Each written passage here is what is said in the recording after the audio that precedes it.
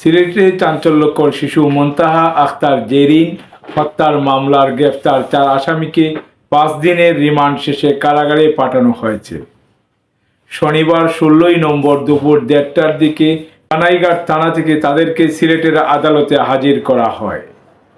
আসামিরা হলেন সিলেটের কানাইঘাট থানার বীরদল বারারিপুদ গ্রামের মৃত ময়না মিয়া আলিকজান বিবি, তার মেয়ে শামীমা বেগম মার্জিয়া, একই এলাকার ইসলাম উদ্দিন ও নাজমা বেগম।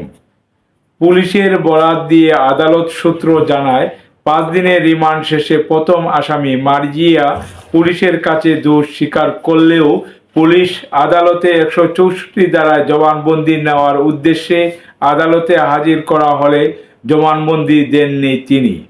পরে 4 আসামিকে কারাগারে পাঠিয়েছে আদালত।